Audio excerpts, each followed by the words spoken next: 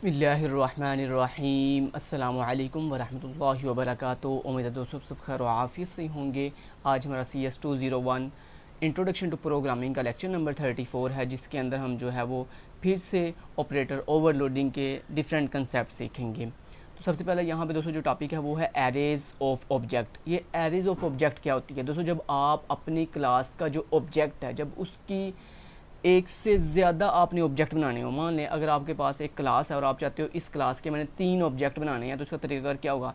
उसका तरीका ये होगा, मान लो आप ऐसे बनाते हो ना कि क्लास का नाम आगे ऑब्जेक्ट पहला, फिर OBJ2, फिर कॉमा OBJ3। तो अभी क्या हुआ है? OBJ3। तो अभी क्या हुआ? आपकी जो ए क्लास है उसके 3 ऑब्जेक्ट बन गए हैं, OBJ1, OBJ2 एंड OBJ3। अब दोस्तों एरे ऑफ ऑब्जेक्ट ये होती है कि मान लो अगर आपने 3 ऑब्जेक्ट ही बनाने थे, तो क्या आप इस एक ऑब्जेक्ट की एक एरे बना लो, ठीक है, उतने साइज़ की जितने आपको ऑब्जेक्ट चाहिए।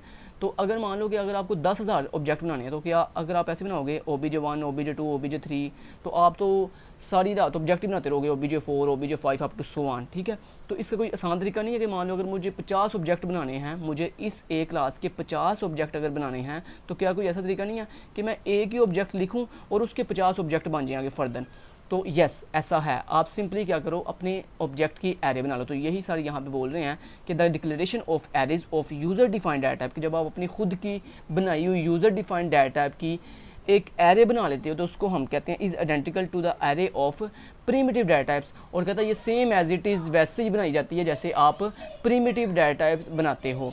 अब यहाँ पे सर ने एक एग्जांपल के ज़रिए से बना के भी दिखाई हुई है। यहाँ पे देखिए सर कह रहे हैं जैसे डेट एक क्लास है और आपने उसका ऑब्जेक्ट बनाया माई डेट के नाम से, और आगे आपने ब्रैकेट के अंदर लिख दिया 10। इसका मतलब क्या? यानी आप कह रहे हो मेरी जो डेट नाम की क्लास है उसका माई डेट नाम के 10 ऑब्जेक्ट बना दो। अब उन ऑब्जेक्ट के नाम क्या क्या होंगे? My date into 0, my date into 1, my date into 2 up to so चलते चलते माई डेट इंटू 9। आपको पता ना एरे का ये रूल है, एरे का स्टार्टिंग इंडेक्स जो है वो 0 होता है। तो अब आप इसको फॉलो कैसे करोगे? सिंपल, अपने ऑब्जेक्ट का नाम आगे उसका इंडेक्स नंबर 0, उसके बाद अगला ऑब्जेक्ट कौन सा होगा? माई डेट 1, फिर अगला माई डेट 2, माई डेट 3, और चलते चलते कहाँ तक जाएगा? आपको पता ना किसी भी एरे का जो मैक्सिमम इंडेक्स होता है वो एरे के साइज से एक लेस होता है। तो यहाँ पे जो मैक्सिमम इंडेक्स नंबर होगा हमारे ऑब्जेक्ट का वो होगा माई डेट 9, ठीक है। जैसे मैं यहाँ पे करके दिखाता हूँ आपको। मान लो मेरे पास एक क्लास है, क्लास ए के नाम से, ठीक है, और मुझे इसके 3 ऑब्जेक्ट बनाने हैं। तो एक तो तरीका ये है कि इस तरह आप क्लास का नाम लिखा, आगे आपने पहला ऑब्जेक्ट कॉमा दूसरा ऑब्जेक्ट कॉमा तीसरा ऑब्जेक्ट ऐसे बना लिए। लेकिन अगर मुझे एक 10 ऑब्जेक्ट बनाने हैं, तो क्या मैं ऐसे करूँगा? पहला ऑब्जेक्ट कॉमा दूसरा ऑब्जेक्ट कॉमा तीसरा ऑब्जेक्ट? नहीं, मैं सिंपल एरे की ऑब्जेक्ट की एरे बना लूँगा। किस तरह से? सिंपल मैंने लिखा OBJ, मेरा ऑब्जेक्ट बन गया। अब इसके आगे दोस्तों आपने ऐसे लार्ज ब्रैकेट लगा के लिख दिया 10। तो क्या मतलब है इसका? यानी आप कह रहे हो मेरी इस ये जो ए क्लास है इसके 10 ऑब्जेक्ट बना दो। अब उन ऑब्जेक्ट के नाम क्या क्या होंगे? उन ऑब्जेक्ट के नाम होंगे OBJ0, उसके बाद OBJ1, उसके बाद OBJ2, और ये चलते चलते चलते चलते कहाँ तक जाएगा? OBJ ऑफ 9 तक, ठीक है। तो ये आपके डिफरेंट ऑब्जेक्ट्स के नाम हो गए, यानी 10 ऑब्जेक्ट आपने देखे बना लिए हैं। तो वही काम जो आप इतना लंबे तरीके से कर रहे थे, पहला ऑब्जेक्ट कॉमा दूसरा ऑब्जेक्ट कॉमा तीसरा ऑब्जेक्ट, अभी आपने कितने ईजी वे में कर लिया है, ठीक है जी। तो ये था दोस्तों ऑब्जेक्ट की एरे बनाना। नेक्स्ट चलते हैं। तो यहाँ पे देखिए सर नेक्स्ट एक और एग्जाम्पल बता रहे हैं। कहते हैं मान लो जिस तरह आप एक सिंपल एरे बनाते हो, आप डाटा बताते हो इंट, एरे का नाम, उसके बाद एरे का साइज़ बताते हो और उसमें वैल्यू इस तरह से पुट करते हो। ऐसी अगर आपने अपनी ऑब्जेक्ट की एरे में वैल्यू पुट करनी है तो कैसे करते हैं? देखें, सबसे पहले क्लास का नाम, आगे उसका ऑब्जेक्ट का नाम, और उसके बाद उसकी ऑब्जेक्ट की एरे। मान लो आपने 3 साइज़ की एरे बना ली, उसके बाद उसको वैल्यू कैसे देते हैं? इक्वल लगा के आपने मिड ब्रैकेट लगानी है और उसके अंदर अपनी क्लास का नाम बता के अगर राउंड ब्रैकेट लगा के उसके पैरामीटराइज कंस्ट्रक्टर को जो भी जितने भी पैरामीटर पास करने हैं वो पास कर देंगे। तो ये बेसिकली ये जो आपकी पहली वैल्यू है ये पूरी की पूरी ये वाली, जिसमें आप अपने डेट, मंथ और ईयर बता रहे हो, ये बेसिकली किसको मिलेगी? ये आपके जो डेट वाले ऑब्जेक्ट की किस कॉपी को? 0 वाले इंडेक्स को मिलेगी ये पूरी वैल्यू। उसके बाद ये जो पूरी वैल्यू ये किसके लिए है? ये जनाब वैल्यू है जो डेट वाले ऑब्जेक्ट के 1 वाले इंडेक्स के लिए, और ये आपके 2 वाले इंडेक्स के लिए। तो इस तरह आप इंडेक्सिंग के अंदर इस तरह से वैल्यू भी सेव कर सकते हो। नेक्स्ट टॉपिक आता है डायनामिक एरेज ऑफ ऑब्जेक्ट। दोस्तों हम अपनी डायनामिक एरे कैसे बना सकते हैं? दोस्तों डायनामिक एरे बनाने का बड़ा आसान तरीका है, सिंपल बताता हूँ, वो भी बता देता हूँ। अगर आपने दोस्तों डायनामिक एरे बनानी है तो उसके लिए सबसे पहले आपको अपनी क्लास का एक पॉइंटर बनाना पड़ता है। तो क्लास का पॉइंटर कैसे बनाते हैं? क्लास का नेम बताते हैं, तो बेसिकली मैंने आपको इससे पहले भी बताया हुआ है कि क्लास का नेम बेसिकली क्लास की डाटा होती है। तो ये बेसिकली ए जो है वो मेरी क्लास का नेम भी है और क्लास की डाटा भी है। उसके बाद मैंने लगाया पॉइंटर बनाने के लिए, आपको पता है हम स्टैटिक लगाते हैं, और उसके बाद अपने पॉइंटर का नाम मैंने दिया PTR, और उसके बाद इस पॉइंटर को हम एड्रेस देंगे अपने ऑब्जेक्ट का। तो इस तरह हमने क्या न्यू, दोस्तों अगर आपने डायनेमिक एरे बनानी हो तो मैं सिंपल पहले बता देता हूँ। सिंपल देखें, न्यू कीवर्ड के साथ हम जो भी काम करें उससे क्या होता है, हमारी चीज़ क्रिएट हो जाती है। मान लो आपने लिख दिया ना न्यू ए, तो क्या हुआ, आपकी ए क्लास जो है वो क्रिएट हो गई है एक दफ़ा। आपकी ए क्लास कितनी दफ़ा क्रिएट हुई है, एक दफ़ा। अगर आपने इसके आगे से ब्रैकेट लगा के लिख दिया ना 5, तो क्या होगा बस बेसिकली दोस्तों ये जो न्यू कीवर्ड है ये आपकी इस ए क्लास को कितने दफ़ा क्रिएट कर देगा, 5 दफ़ा क्रिएट कर देगा। तो ये तो मैंने आपको प्रीवियस भी पढ़ाया हुआ कि न्यू कीवर्ड क्या करता है बेसिकली, ठीक है। डिलीट कीवर्ड क्या करता है, डिलीट कीवर्ड क्या, मान लो अगर आपने लिख दिया डिलीट, आपने लिख दिया डिलीट और आगे लिख दिया PTR, तो क्या होगा बेसिकली आपको ये जो डिलीट कीवर्ड है ये PTR के पास जिस भी चीज़ का एड्रेस होगा उसको रिमूव डिलीट कर देगा, ठीक है। अब दोस्तों इसने क्या किया बेसिकली, ये देखिए मैंने कहा ए, चलिए अब मैं यहाँ पे करता हूँ, चलिए मैं पहले इतना बता दूँ आपको। मैंने कहा न्यू ए, तो क्या हुआ, एक मेरी क्लास जो है रैम के अंदर क्रिएट हो गई है, और वो जो क्लास क्रिएट हुई है उसका कोई ना कोई एड्रेस, तो आपको पता है ना न्यू कीवर्ड हमें जो भी चीज़ क्रिएट करता है उसका एक एड्रेस रिटर्न करता है। तो वो एड्रेस मैंने अपने इस PTR पॉइंटर में स्टोर कर लिया। अब क्या हुआ, न्यू कीवर्ड ने मेरी एक ए नाम की क्लास रैम में क्रिएट की और उसका एड्रेस किसको दे दिया, PTR को दे दिया। तो अब आपके इस PTR पॉइंटर के पास क्या है, आपकी इस पूरी की पूरी ए क्लास का एड्रेस। तो अब आप इजीली इस पॉइंटर की हेल्प से, आपको मैंने बताया ना पॉइंटर की हेल्प से अगर किसी चीज़ को कॉल करना हो तो कैसे करते हैं, पॉइंटर का नाम लिखते हैं, आगे एरो लगाते हैं, आगे आपने क्लास के जिस भी डाटा मेंबर को या जिस भी वेरिएबल को कॉल करना हो, जिस भी उसके फंक्शन को कॉल करना हो, देन उस वेरिएबल का नाम, मान लो अगर आपने उसके नंबर वाले वेरिएबल को कॉल करना तो आपने इस तरह नंबर लिख दिया। आपने उसको किसी फंक्शन को कॉल करना, मान लो आपकी क्लास में एक फंक्शन है डिस्प्ले नाम का, आपने उसको कॉल करना तो उस तरह से कॉल करते हैं उसको, ठीक है। तो इस तरह से हमने जो है वो कॉल करते हैं। तो ये होती है दोस्तों, ये 2 लाइन्स किसके लिए हैं, आपकी डायनामिक एरे बनाने के लिए, डायनामिक ऑब्जेक्ट एरे बनाने के लिए, एरे ऑफ ऑब्जेक्ट बनाने के लिए। तो ये देखें यही सारे ने सेम एग्जाम्पल दी है।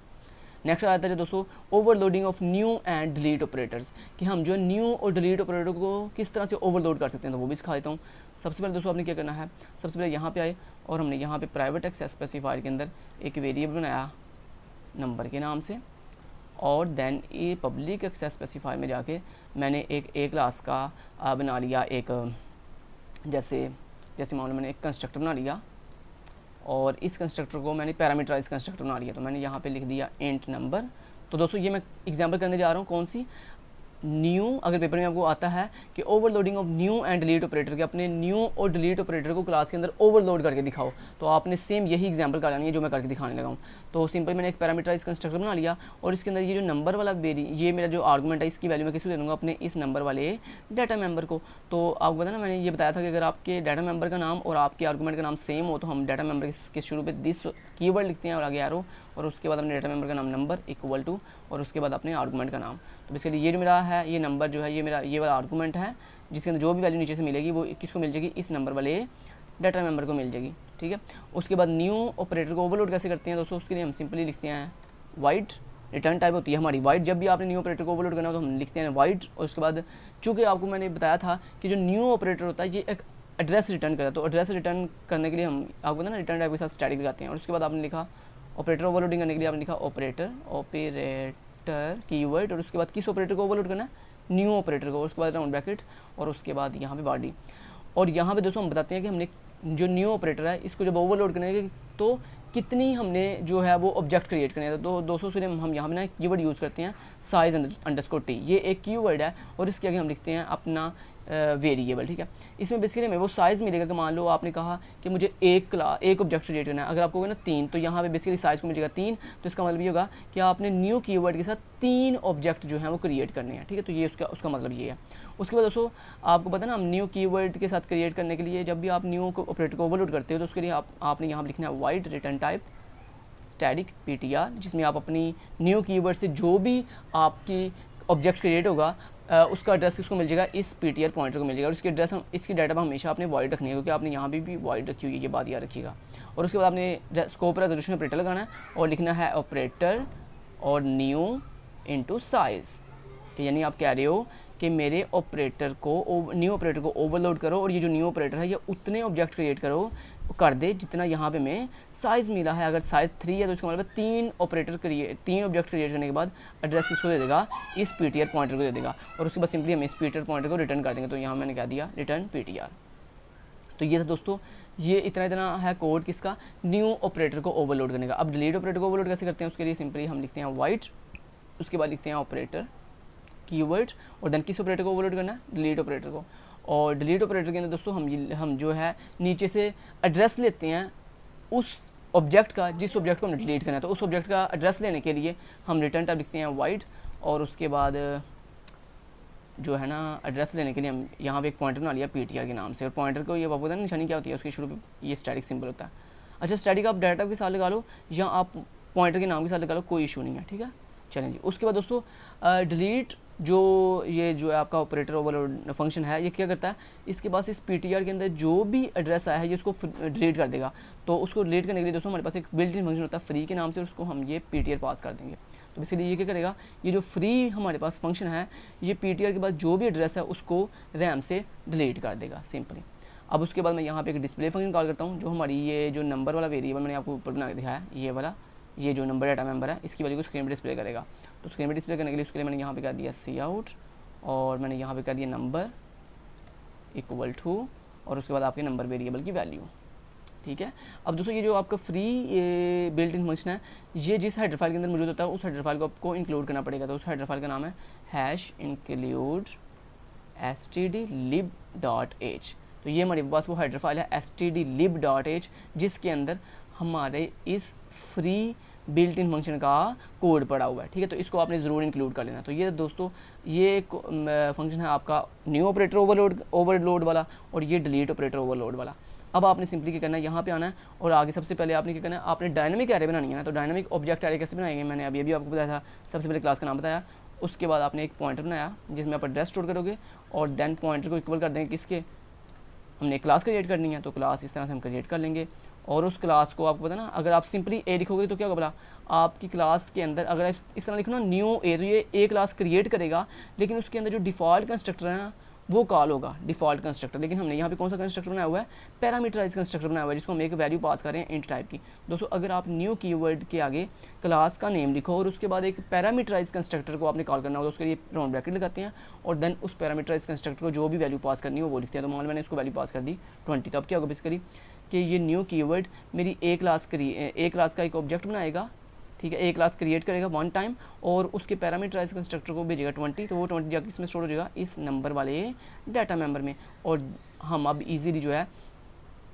इस नंबर वाले डाटा मेंबर में क्या स्टोर हो गया 20। अब उसको हम डिस्प्ले कैसे करेंगे, उसके लिए हम इस डिस्प्ले फंक्शन को कॉल करेंगे। तो अब दोस्तों मेरी जो क्लास क्रिएट हुई है उसका एड्रेस किसके पास है, इस पीटीआर पॉइंटर के पास। तो मैंने सिंपली कहा, मैंने कहा पीटीआर पॉइंटर के पास जिस भी मेरी क्लास का एड्रेस है, एरो उसके अंदर जाओ, उसके अंदर एक डिस्प्ले नाम का फंक्शन है उसको कॉल करो, ठीक है। और उसके बाद दोस्तों जब हमारा काम फिनिश हो जाएगा तो हम चाहते हैं ये जो पीटीआर पॉइंटर है ये डिलीट हो जाए। तो पीटीआर पॉइंटर को डिलीट करने के लिए हम क्या करेंगे, ये जो हमने डिलीट ऑपरेटर ओवरलोडिंग किया है इसको कॉल करेंगे। तो आपको पता है जिस ऑपरेटर को हम ओवरलोड करते हैं उस ऑपरेटर का नाम बोलते हैं। तो मैं जैसे यहाँ पे हमने न्यू ऑपरेटर को ओवरलोड किया तो न्यू ऑपरेटर का नाम बोला। ऐसे ही आपने डिलीट करने के लिए आपने लिखा डिलीट ऑपरेटर को ओवरलोड करने के लिए डिलीट लिखा, आगे जिस पॉइंटर को डिलीट करना है तो मैंने किसको डिलीट करना है, इस पीटीआर पॉइंटर को। तो मैंने लिख दिया पीटीआर। तो अब ये क्या करेगा, ये जब डिलीट फंक्शन कॉल होगा तो उसको क्या मिलेगा, ये पीटीआर के अंदर जो भी क्लास का एड्रेस है, तो बेसिकली ये डिलीट फंक्शन को मिलेगा इस पीटीआर के अंदर नीचे से एड्रेस मेरी क्लास का।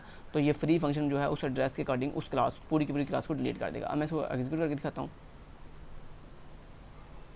और ये देखो दोस्तों number equal to 20, display function ने 20 डिस्प्ले कर दिया, और उसके बाद आपकी क्लास जो है बिल्कुल फ्री हो चुकी है। अगर आपको यकीन नहीं है तो एक दफ़ा मैं आपको ट्राई करके दिखा देता हूँ। ये आपका जो पॉइंटर है ये डिलीट हो चुका है। अगर डिस्प्ले फंक्शन कॉल करोगे ना, मतलब डिलीट करने के बाद अगर आप अब डिस्प्ले फंक्शन को कॉल करोगे ना तो आपको एरर आएगा। वो आपको कहेगा भाई ये आप पॉइंटर को डिलीट कर चुके हो। अब जिस चीज़ को आप डिलीट कर चुके होते हो उसको आप देखो ना, पीटीआर के पास क्या स्टोर था, एड्रेस। तो जब आपने वो एड्रेस ही डिलीट कर दिया तो अब आप कैसे उस एड्रेस के अब आपके पास कोई एड्रेस ही नहीं है, तो अब डिस्प्ले फंक्शन तो कॉल हो गई नहीं, क्योंकि डिस्प्ले फंक्शन कॉल करने के लिए आपके पास एड्रेस होना चाहिए। तो आपके पास आपने तो एड्रेस तो डिलीट कर दिया। तो ये देखो मैं कंपाइल करता हूँ, देखना अभी यहाँ पे मेमोरी आने लगा। तो ये देखो आपको क्या कहता है, नंबर इक्वल टू 570825 यानी वो कह रहा है भाई जो आपने एड्रेस मुझे दिया था वो मैं सक्सेसफुली डिलीट कर चुका हूँ। तो इसलिए यहाँ पे ये आपको गार्बेज वैल्यू अब दिखा रहा है। ठीक हो गया, समझ आई बात की। तो इस तरह दोस्तों हम ये करते हैं। तो ये मैंने आप बस प्रैक्टिकल के लिए किया है। ये लाइन आपने पेपर में नहीं लिखनी है, बस पेपर में बस आपने इतना कोड लिखना है। तो ये आपका दोस्तों सिंपल सा कोड है। ये देखिए मेन का इतना सा कोड है, और ये आपने ऊपर न्यू ऑपरेटर और डिलीट ऑपरेटर ओवरलोड किए हैं। बस इस चैप्टर के अंदर, इस लेक्चर नंबर 34 के अंदर बस यही ऑपरेटर को ओवरलोड, न्यू ऑपरेटर और डिलीट ऑपरेटर को ओवरलोड कैसे करते हैं वो था सारी। यहाँ पे बस नेक्स्ट आगे एग्जांपल आ रही हैं, सारी एग्जांपल करना सिखा रहे हैं। तो वो example same as it is मैंने भी आपको करके दिखा दी हैं। तो मैंने आपको एक एग्जांपल के अंदर दोनों को ओवरलोड करना सिखा दिया। तो आप पेपर के अंदर यही एग्जांपल अगर लिख देंगे तो आपके ये दोनों जो ऑपरेटर ओवरलोडिंग है ये कवर हो जाएगी, न्यू भी और उसके साथ साथ कौन सी वाला, दूसरी न्यू और डिलीट ऑपरेटर ओवरलोडिंग कंप्लीट हो जाएगी। उसके बाद दोस्तों आ जाता है ओवरलोडिंग ब्रैकेट ऑपरेटर। अब ये जो ब्रैकेट ऑपरेटर है ये हम कभी यूज़ करते हैं दोस्तों, इससे पहले आपको पता ना हम ये सिंपल ग्लोबल ऑपरेटर न्यू कहता है, हम इससे पहले ना हमारे पास एक ग्लोबल ऑपरेटर था न्यू आगे स्मॉल ब्रैकेट। इसी तरह अगर आपने कोई चीज़ डिलीट करनी रहती थी, मेमोरी रिलीज़ करनी रहती थी तो हम ग्लोबल ऑपरेटर डिलीट आगे स्मॉल ब्रैकेट यूज़ करते थे। लेकिन दोस्तों अब वो कहता है हम जो है we can control the allocation of arrays of object, कहता है हम अपनी मेमोरी एरे ऑफ ऑब्जेक्ट की एलोकेशन को कंट्रोल करने के लिए by overloading the special array version, हम अपनी एरे का एक स्पेशल वर्जन यूज़ करते हैं जिसके अंदर हम जो है वो न्यू के आगे अब ये स्मॉल ब्रैकेट यूज़ नहीं करते हैं, बल्कि क्या यूज़ करते हैं, न्यू के आगे लार्ज ब्रैकेट यूज़ करते हैं और इसी तरह डिलीट के आगे ये लार्ज ब्रैकेट यूज़ करते हैं। तो ये बस इसका सिंपल सा कंसेप्ट था कि अब हम जो है वो ये राउंड ब्रैकेट यूज़ नहीं करते, बल्कि अब हम जो है जब भी न्यू ऑपरेटर या डिलीट ऑपरेटर को ओवरलोड करें तो उसके लिए हम जो है ये लार्ज ब्रैकेट का इस्तेमाल करते हैं। तो इसका बस इतना ही कंसेप्ट था, ये बस आपने जो कंसेप्ट समझाया बस इतना ही करना है। नेक्स्ट इसमें जो लास्ट पे एग्जाम्पल है ये इंपॉर्टेंट नहीं है, हमारा लेक्चर यहाँ पे कंप्लीट होता है। लेकिन नेक्स्ट लास्ट पे टिप्स आ जाती हैं। इन टिप्स को मैं एक दफ़ा पढ़ के सुना देता हूँ। कहता है the default constructor is defined by the C++ compiler automatically. कहता है जो हमारा C++ का कंपाइलर होता है वो हमारी हर क्लास का जो कंस्ट्रक्टर होता है डिफ़ॉल्ट उसको ऑटोमेटिकली जो है वो कॉल करता है फॉर एवरी क्लास, हर क्लास का। That has no default constructor parameterless constructor defined already. कहता है जनाब जी हमारी C++ लैंग्वेज के अंदर जो हमारा कंपाइलर होता है वो हमारी एवरी हर क्लास का जो डिफ़ॉल्ट कंस्ट्रक्टर होता है, डिफ़ॉल्ट कंस्ट्रक्टर कौन सा होता है जिसके पास कोई भी पैरामीटर नहीं होता है, तो जो भी डिफ़ॉल्ट कंस्ट्रक्टर होता है हमारी हर क्लास का उसको ऑटोमेटिकली डिफाइन भी कर देता है और उसको कॉल भी कर देता है। नेक्स्ट द डिफ़ॉल्ट कंस्ट्रक्टर पैरामीटरलेस, यानी ऐसा कंस्ट्रक्टर जिसके पास कोई पैरामीटर नहीं होता, is called for each element in the array allocated with new. कहता है जब आप अपनी किसी भी क्लास के ऑब्जेक्ट को न्यू कीवर्ड के साथ क्रिएट करते हो तो मान लो अगर आपने न्यू कीवर्ड के साथ 3 दफ़ा क्लास क्रिएट की है ना दोस्तों, 3 दफ़ा ही आपका डिफ़ॉल्ट कंस्ट्रक्टर कॉल होगा। अगर आप 4 दफ़ा करोगे तो मतलब वो कह रहा है कि आप न्यू कीवर्ड के साथ जितनी दफ़ा अपनी जो है वो एरे को कॉल करोगे उतनी दफ़ा ही आपकी क्लास का डिफ़ॉल्ट कंस्ट्रक्टर कॉल होता है। ये नहीं कि अगर आपने न्यू कीवर्ड के साथ अगर 10 दफ़ा क्लास क्रिएट की है तो डिफ़ॉल्ट कंस्ट्रक्टर सिर्फ एक दफ़ा चलेगा, नहीं। अगर आपने 10 न्यू कीवर्ड के साथ अगर 10 दफ़ा क्लास क्रिएट की है तो आपकी जो डिफ़ॉल्ट कंस्ट्रक्टर है वो 10 टाइम ही कॉल होगा। उसके बाद the new operator return a valid static accepts a parameter of type underscore T. मतलब वगैरह जो आपका न्यू ऑपरेटर होता है वो हमें क्या रिटर्न करता है, एम्प्टी एड्रेस रिटर्न करता है और उसके बाद एक्सेप्ट्स अ पैरामीटर, और कहता है वो जो हमसे पैरामीटर लेता है ना वो किस टाइप का होता है, साइज अंडरस्कोर टी टाइप का होता है। Next the delete operator return nothing white. कहता है जो हमारा डिलीट ऑपरेटर होता है वो हमें कुछ भी रिटर्न नहीं करता है एंड एक्सेप्ट्स, और वो हमसे हासिल क्या करता है, a pointer of white static to the memory block. और वो कहता है हमसे वो जो डिलीट ऑपरेटर है वो हमें रिटर्न कुछ भी नहीं करता, लेकिन हमसे क्या लेता है, मैंने जैसे बताया था आपको कि डिलीट ऑपरेटर हमसे क्या लेता है, हमसे वो मेमोरी का एड्रेस लेता है, वो मेमोरी की लोकेशन लेता है, एक्सेप्ट करता है जिसको हमने डिलीट करना होता है। ठीक है जी। उसके बाद द न्यू ऑपरेटर फंक्शन, कहता है जो हमारा न्यू ऑपरेटर फंक्शन होता है, a block of memory is allocated first and then constructor is called. कहता है जनाब जो हमारा न्यू ऑपरेटर है वो पहले मेमोरी एलोकेट करवाता है बाद में कंस्ट्रक्टर को एग्जीक्यूट कॉल करता है, जबकि जो डिलीट ऑपरेटर है destruct of the object is called first. कहता है वो पहले ऑब्जेक्ट को डिस्ट्रॉय करता है, बाद में memory block is D allocated, और फिर बाद में मेमोरी के जो ब्लॉक उसने रिजर्व करवाए होते हैं वो बाद में छोड़ता है। यानी पहले वो हमारा डिस्ट्रक्टर को कॉल करता है, मतलब जो हमारा डिलीट ऑपरेटर है वो पहले डिस्ट्रक्टर को एग्जीक्यूट करवाता है, क्लास का जो डिस्ट्रक्टर होता है जो मेमोरी रिलीज़ करवाता है पहले उसको कॉल करता है, बाद में मेमोरी ब्लॉक्स को डी एलोकेट यानी रिलीज़ करता है। Then by overloading new and delete operator only allocation and allocation part can be overridden. कहता है जब हम जो है अपने न्यू और डिलीट ऑपरेटर को ओवरलोड करते हैं तो उस दौरान हमारी क्लास की एलोकेशन और उसकी डी एलोकेशन का जो पार्ट होता है सिर्फ वही ओवरराइड होता है। The same pointer that is return by the new operator. कहता है अगर एक ऐसा पॉइंटर जो हमें न्यू ऑपरेटर ने रिटर्न किया है is passed as an argument to the delete operator, यानी सिंपल वर्डिंग में कि जो एड्रेस न्यू फंक्शन ने रिटर्न किया है, अगर सेम वही एड्रेस आप इस डिलीट फंक्शन को एज ए पैरामीटर पास कर दो, ये मतलब है इतनी बात का। आगे these rules apply to both, और कहता है ये रूल हमारा दोनों साइड पे अप्लाई होता है if operators new and delete are overloaded. कहता है अगर जो है आपका न्यू और डिलीट ऑपरेटर ओवरलोड हो रहा है, चाहे मेंबर फंक्शन के तौर पर या नॉन मेंबर ऑपरेटर के तौर पर, कहता है ये रूल अप्लाई हो गई होगा कि आपका जो न्यू ऑपरेटर है आपको वो जो पॉइंटर रिटर्न करता है आप वही same as it is pointer जो है वो डिलीट फंक्शन को पास एज ए आर्गूमेंट के तौर पर कर सकते हो, ये बात है। Next, by overloading the array operator large bracket one can implement mechanism to check for array bound. कहता है जब हम जो है वो ये लार्ज ब्रैकेट वाला ऑपरेटर ओवरलोड करते हैं तो वो जनाब हमारी एरे की बाउंडनेस भी चेक करता है। मतलब फ़र्ज़ करें आपकी एरे का साइज़ है 5, तो वो ये चेक करता है क्या 5 एरे का साइज़ कंप्लीट हो गया। अगर दोस्तों आप एरे के साइज़ से ज़्यादा टाइम जो है वो ओवरलोड करवाओगे उसको, तो वो आपको एरर जनरेट करेगा। मतलब वो कहेगा आप जनाब जितना आपका साइज़ है सिर्फ आप उतना ही काम कर सकते हो, आप बाउंड्री से बाहर नहीं जा सकते। तो यहाँ तक दोस्तों हमारा लेक्चर नंबर 34 कंप्लीट होता है। Thank you so much, till then guys, take care, अल्लाह हाफिज़।